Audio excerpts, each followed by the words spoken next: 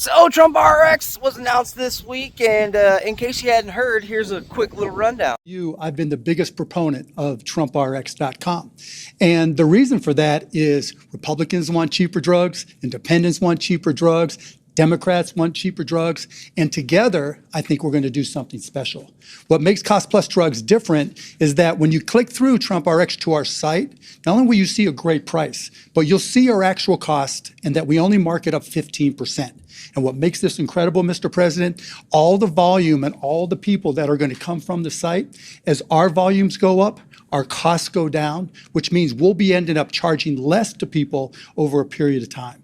Well, all right then, Mark, that sounds pretty nifty. Who could possibly be unhappy about this? I've always liked him, but this is a mistake. And oh, right, the usual suspects. once Trump puts his name on prescriptions, we're all going to die, okay? Yeah. The drugs don't actually have his name. They're existing drugs. Whatever. It's a if he's involved with it. No, I literally... A medication that I had to take for IVF is a tenth of the price on TrumpRx.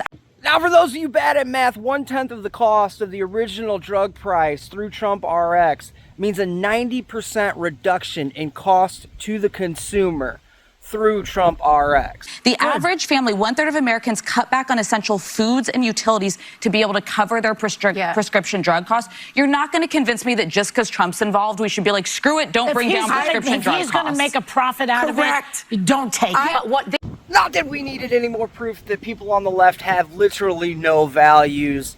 Here we go with just a little bit more evidence. I mean, I really want you to think about this. The side that has been crying, pissing, and moaning about lowering drug costs and universal health care and access to health care for everyone for the last 15 years are now saying, because Trump is involved with lowering drug costs and saving people money when it comes to access to health care, don't use it.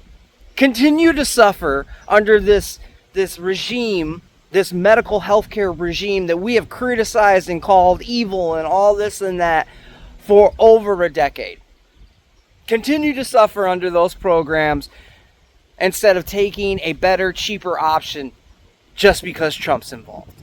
Like, I can't imagine telling my mother, hey, don't save money on insulin. Keep paying those high prices because Joe Biden or AOC are the ones responsible for lowering those drug costs. Like, that is the entrenchment of psychosis is so unbelievably deep in these people's minds that I honestly think that they should just be committed at this point. What this does is it helps Sarah, American he is not a people. well-intentioned person. He is not doing this out of the goodness of his heart. We're the wealthiest country and we pay the most for drugs. Could be the people that are literally suffering illnesses and cannot pay for their medicine, I can't think of a sicker business model. Bring down the prices, and if you're going to get results on this, call it Donald Trump medicine. I don't care what you call it. How utterly disingenuous of a person do you have to be to sit and complain about the healthcare industry for decades at this point, to call insurers and drug companies evil? And then when Trump and Mark Cuban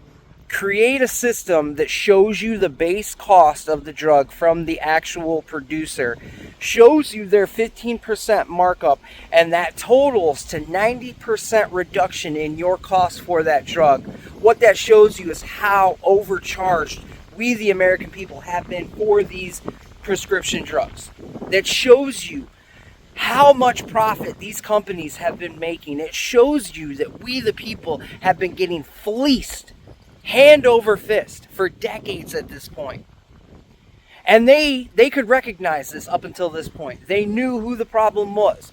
But now that Trump and Mark Cuban reduced these costs, Trump is the bad guy. Mark is the bad guy. They're doing wrong by reducing these costs and exposing these companies, these pharmaceutical companies that the left has called evil for decades.